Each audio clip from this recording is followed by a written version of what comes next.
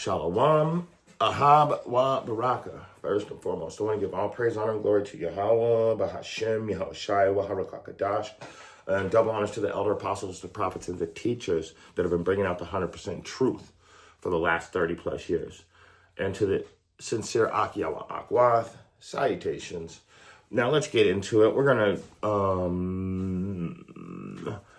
go into what is a virtuous woman, or who can find a virtuous woman? Okay, this one's for the ladies, I guess you could say, because there's a lot of rebuke for the women of Israel, all of them. This isn't a complexion-based doctrine, so all the women of Israel are also suffering curses. Not all the same curses, but definitely suffering the curses. And so you get rebuked for being kind of a harlot. Not kind of, just a straight-up whore, to be honest. According to Scripture, just being straight-up whores. And so instead of bringing all the Scriptures out that are just going to make you even more angry, I'm going to show you what the Bible says about a virtuous woman instead, okay? But first, we're going to go to the book of Ephesians. Let's start there. And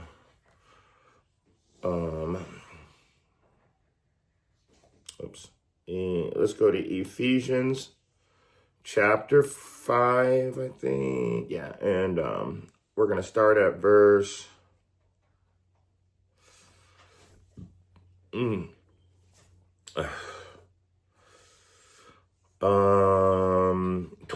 We can start at verse 21. Submitting yourselves one to another in the fear of Yahweh, men and women.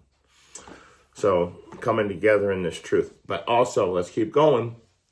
Wives, submit yourselves unto your own husband as unto Yahweh. And this is really important. The reason I want to bring this out. Oh, submit yourself. You said you weren't going to bring those out. No, listen. You got to listen, though. Let's get past that now. So you're submitting to your husband, right? Now listen what the man has to go through now. What does the man have to go through? Because for the husband is the head of the wife, even as Christ is the head of the church, and he is the savior of the body. Therefore, as Christ is subject unto, as the church is subject unto Christ, so let the wives be subject to their own husbands in everything. Husbands, love your wives, even as Yahushai also loved the church and gave himself for it.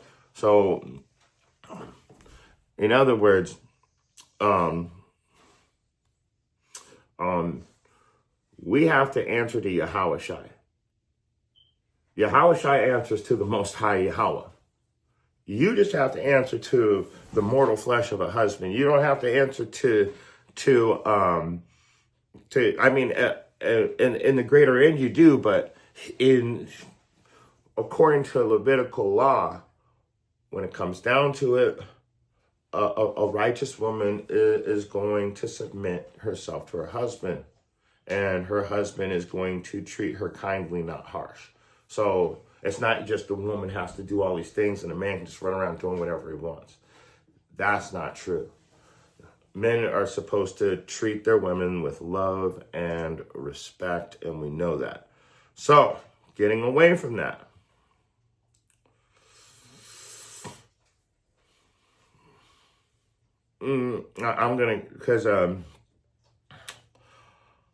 I wanted to move on. Let's get back to what is a virtuous woman. Okay? So let's keep moving. Let's go over to the book of Proverbs. But I just wanted to show you guys that really quick, that you are supposed to submit yourselves to your husbands. And it's really important. But a man that fears Yahweh is going to run his household. He's going to run that church, the people that belong to the kingdom, according to the scriptures. So everybody can actually be happy. You can't be happy and safe without going back to the truth. Even in this day and age, just like little miracles are saving us at this point. But going back to the woman, who can find a virtuous woman? So Proverbs chapter 31, starting at verse 10. Who can find a virtuous woman? For her price is far above rubies.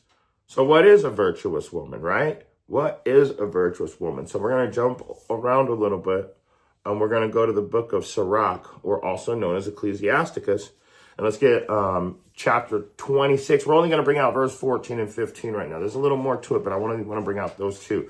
So Ecclesiasticus chapter 26, starting at verse 14. A silent and loving woman is a gift of Yahweh, and there is nothing so much worth as a mind well instructed. So, and the reason why I say a silent and loving woman, because women shouldn't be out in the congregation of men trying to be like a man, trying to teach men, I'm just as masculine as you are. That nobody likes that. Men don't. So if you're trying to be a virtuous woman, the last thing you want to do is put yourself in a situation where you're debating men on scriptures or and just things you shouldn't be a part. Like women can prophesy and teach. Other women, we'll get into it though. Other women. So a woman shouldn't usurp authority over a man. And so when you go into Timothy chapter 1, or I'm sorry, 1 Timothy chapter 2, Salakia. And when you go down, let's go and it says, I suffer not a woman to teach nor usurp authority over a man, but to be in silence. Okay, so that being in silence. So it's saying that she shouldn't assume to have authority over a man. She shouldn't try to exercise authority over a man. So when it says, I suffer not a woman to teach, it's not saying women shouldn't teach. It's saying women shouldn't try to teach men in the congregation of men. Women, when you're going to find out later, will be teaching other women. So it's not that you're not supposed to prophesy and teach. There's a time and a place for everything. And when it comes to the men, that's not your time or your place to be teaching. And it's that simple. It's that simple. It's not a bad thing. It's a righteous thing to tell you the truth. So let's go back over to Proverbs chapter 31 and keep reading. The heart of the husband doth safety trust in her, so that he shall have no need of spoil. So the mind of the husband feels safe and he trusts his virtuous wife. So the one that's going to a woman well instructed is a double honor, like I told you, right? So that well instructed, it means that she understands this scripture, not her husband comes home and tells her how it's going to be. She should have been taught by her parents before she ever got into a relationship. She should have been taught by her father and her mother how to treat people in the real world. And if she wants to be married, how to treat a man. So just know that. Let's keep going. So the husband that has a woman that's mind is well instructed, he's going to consider her a double honor. And he's going to feel safe with her. He's going to trust her. So verse 12. She will do him good and not evil all the days of her life. She seeketh wool, flax, and worketh willingly with her hands. So she worketh willingly with her hands, not, oh, you got to do this. I'm done for the day. Oh, you worked well. You can make your own dinner. Blah, blah, blah. All that stuff has got to be out. That is not virtuous. That is just a nasty ass dog. And believe me, they definitely use the word dog to describe a specific woman in the Bible. So don't think it's not used. So let's stay away from that, though. Let's stay away from that. She seeketh wool, flax, and worketh willingly with her hands. Be willing to do good things. She is like the merchant ships. She bringeth her food from afar. She riseth also while it is yet night, and giveth meat to her household and a portion to her maidens. So she's out there cooking for her slaves. Hey, will you stop trying to steal my stuff? No. Stop.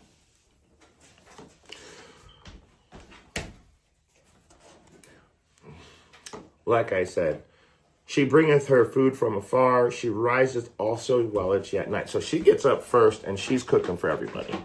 Get down. Here, just get out of here. Go. Get out of here. And so she's going to cook for her whole household. And it says that she's cooking for the maidens too.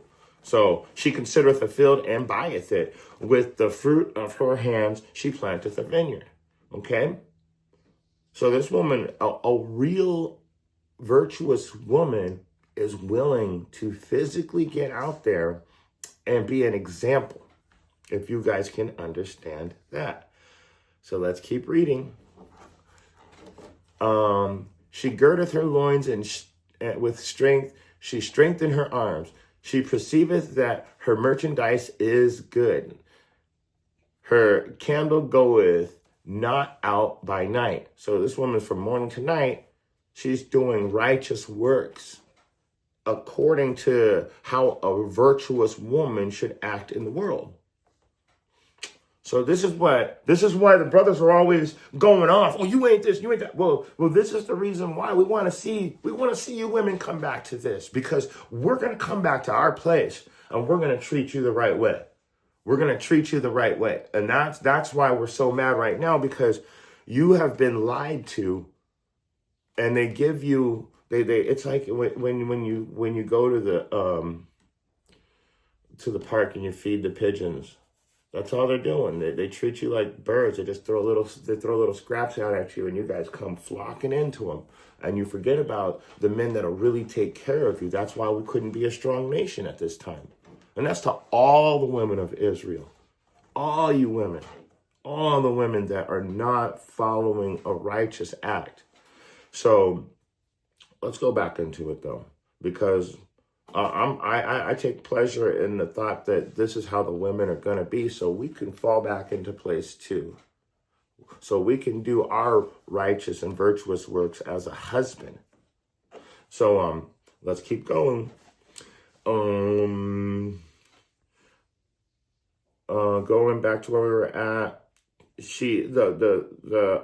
so her candle goeth not out by night. Like I said, from morning to night, she's working. She's making sure. She is physically making sure her family is taken care of. Verse 19, she layeth her hand to the spindle, and her hands hold the staff, the spindle, so she can make fabric. Okay? She stretch out her hand to the poor. Yea, she reacheth for her hands to the needy. She sees somebody, and you know there's women like that'll be able to be doing 100 things and still stop and have something for somebody that you didn't even know about. And it's a beautiful thing, because anything that's done in secret is the best way to do your alms, right? According to Matthew chapter 6. So let's keep reading. And so she is not afraid of the snow for her household, for all her household are clothed with scarlet. In other words, she's not afraid of the winter time when it gets cold and things get rough, because she's already stocked everything up. She's already supplied. She's made clothes to make sure her kids stay warm, and so on and so forth. Verse 22, she maketh herself coverings of tapestry. Her clothing is silk and purple. That's a rulership color. And let's keep reading. Her husband is known in the gates, and when he sitteth among the elders of the land. So when you have a good woman, it also it helps you to be the man that you're supposed to be. So it's like you don't really get the electricity. You got the wall here, but you got to actually put the plug in the wall. So you guys have to work together to make that spark happen. So you can't be over here and then he's known in the gates as a dude this woman hates him. No. He's going to be the old man that's always sighing. The old man trying to climb up a sandy, steep hill. So he's this guy right here. So this is what we want from our women. We want our women to go back to the way they used to be. And the Most High is going to put that spirit back on you. He's going to get rid of the stony heart, and he's going to put a fleshly heart back in our women too. Let's see, where is that?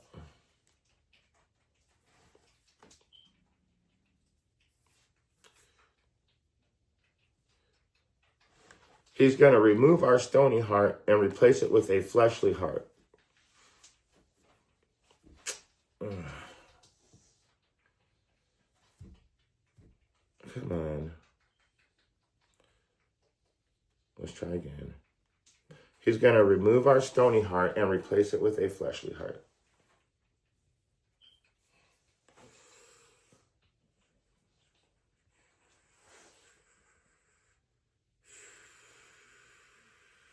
Where is this? Ezekiel. Let's just call it out. All right.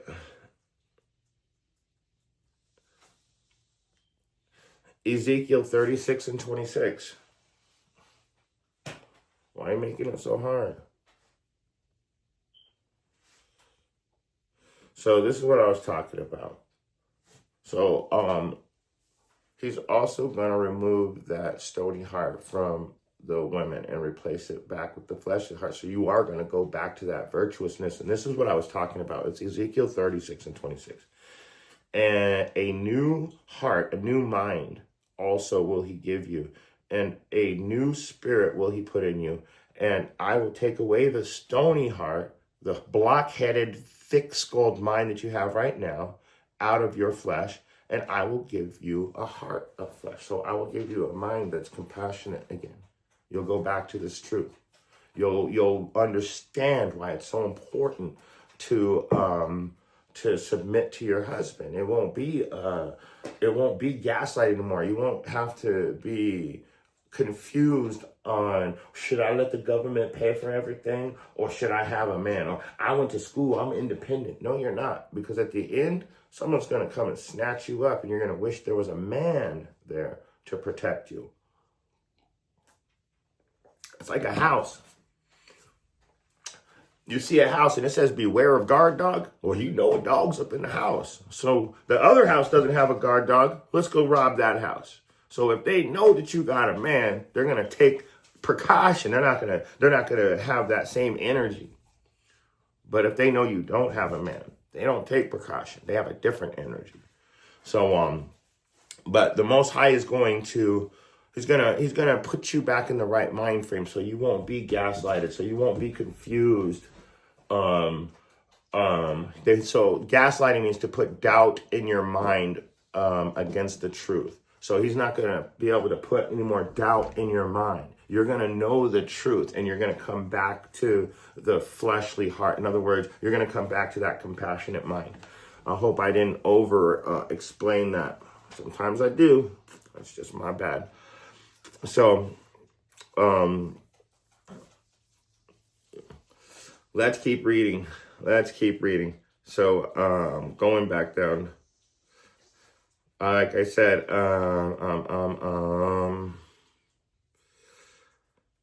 her husband is known in the gates when he sits among the elders of the land.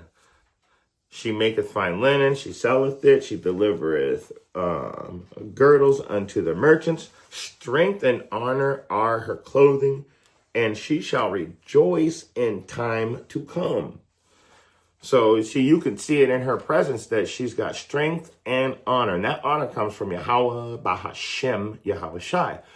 She openeth her mouth with, her strength and honor are in her clothing, and she shall rejoice in her time. Salakia. 26. She openeth her mouth with wisdom, and her tongue is the law of kindness. That right there is beautiful. She opens her mouth with wisdom, and her tongue is the law of kindness. She looketh well on the ways of her household, and eateth not the bread of idleness. Let's go to Sirach chapter 26 real quick, because it said that she looketh well to the way of her household, and eateth not the bread of idleness. Okay, so let's get that. Go back to Ezekiel chapter 20. Sirach. I keep saying Ezekiel, Salaki, it's Sirach, or Ecclesiasticus chapter 26 and verse 16.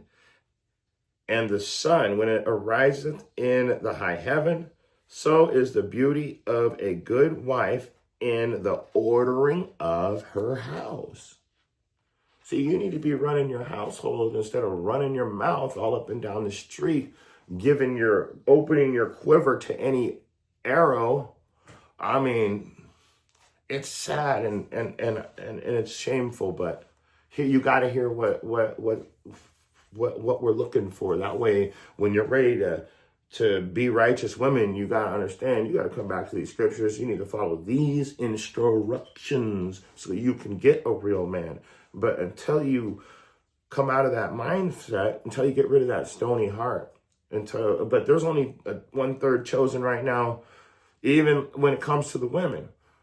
It's only going to be 1/3 of the women, 1/3 of the children, 1/3 of the men. That's the full 1/3.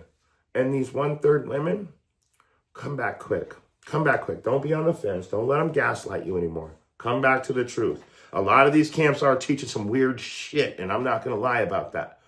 But a real camp wouldn't let women in the camp. Nothing against women, but this is a spiritual war. We shouldn't have women on the front line during a war. We shouldn't have women sitting in lawn chairs. We shouldn't have women in the church at this time because the men are preparing war.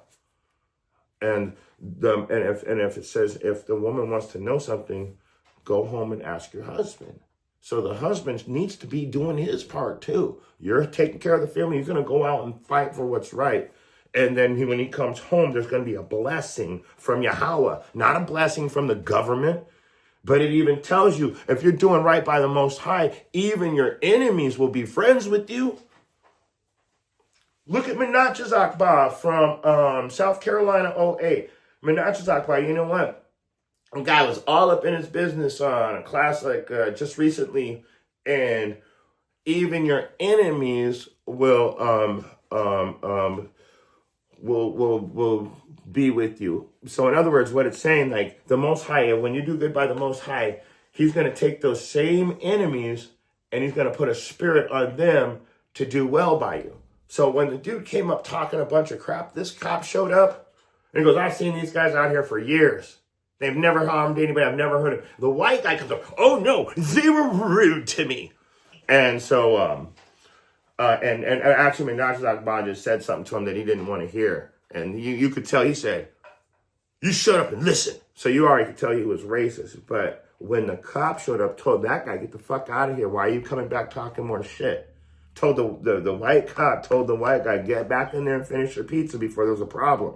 He told the other guy that was scoffing, he goes, you're standing too close. I see you standing in his face, and I heard you already starting trouble. So he told him, I'm going to pretty much leave or get arrested. So that was our enemy coming in and getting Menachem's back. Why? Because he's doing well by the Lord. Okay? So let's go back into it. That was just an example. It says, the sun, when it ariseth in high heaven, so is the beauty of a good wife in the ordering of her house.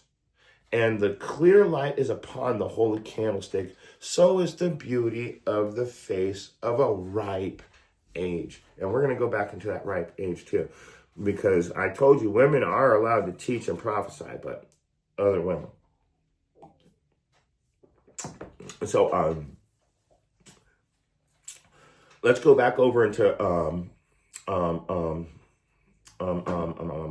Proverbs. Back to Proverbs real quick, because, and then we're going to go back to that ripe age in a second too. So going back over to Proverbs chapter 31, and we're going to pick up where we left off at verse 27. She looketh well to the ways of her household, and eateth not the bread of idleness. Like I said, from morning to night, this woman is doing work. And let's keep going. And her children arise up and call her blessed, her husband also, and he praiseth her. So if you want a man to praise you like a great woman, you got to be a great woman. Not, I run this shit. No. That's not a humble shamefaced woman.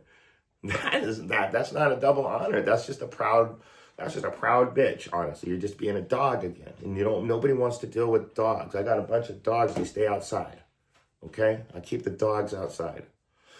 Anyway, so like I said, let's keep reading. 29. Many daughters have done virtuous, but thou exaltest them all. So many daughters have done virtuous, thou exaltest them all. So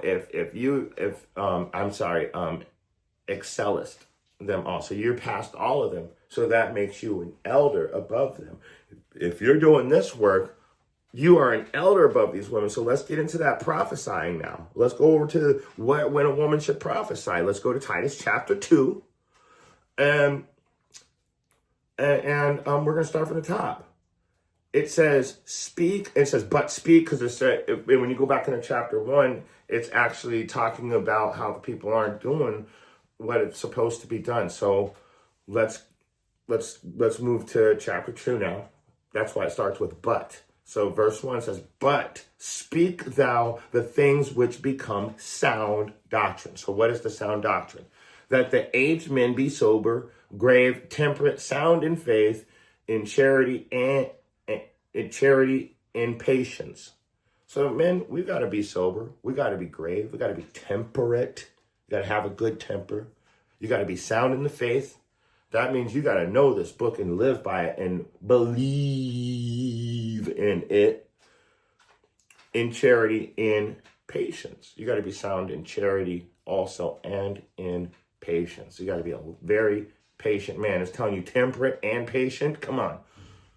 You have to have a good temper, which requires a lot of patience. Then tell you to be patient again. So back to the women. Verse 3. An aged woman. Here we go, because let's go back over to it says the aged woman likewise. So let's go back over to Ecclesiasticus real quick. And verse 26, Sirach also, or Ecclesiasticus 26 and 17. As clear light is upon the holy candlestick, so is the beauty of the face in ripe age. So this aged woman, let's go back to it. It says that, where was I?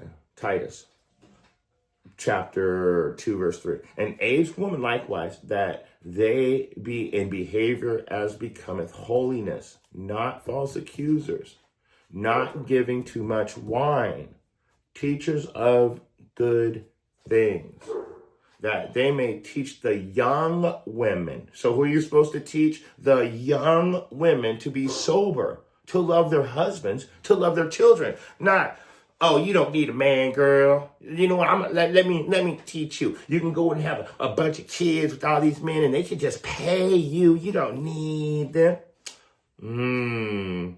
So, like I said, teach the young women to be sober, to love their husbands, not the system, not the B system, which is putting you into 2/3. So you 1/3 women, you're probably already doing this for the most part. So just keep doing it and keep bringing yourself closer back to this truth.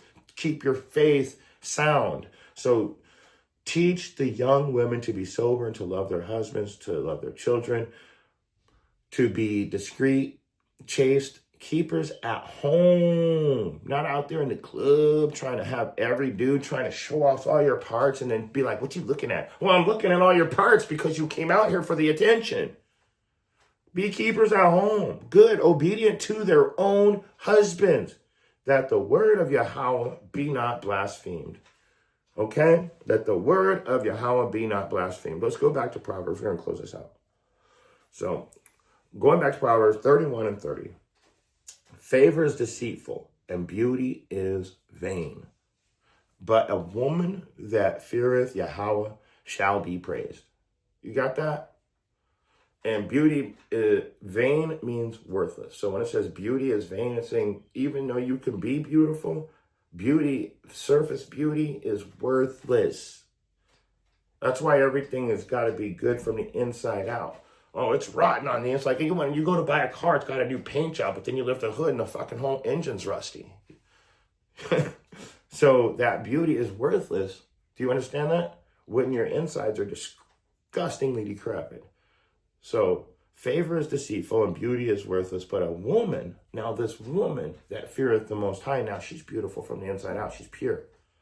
A woman that fears Yahweh, she shall be praised.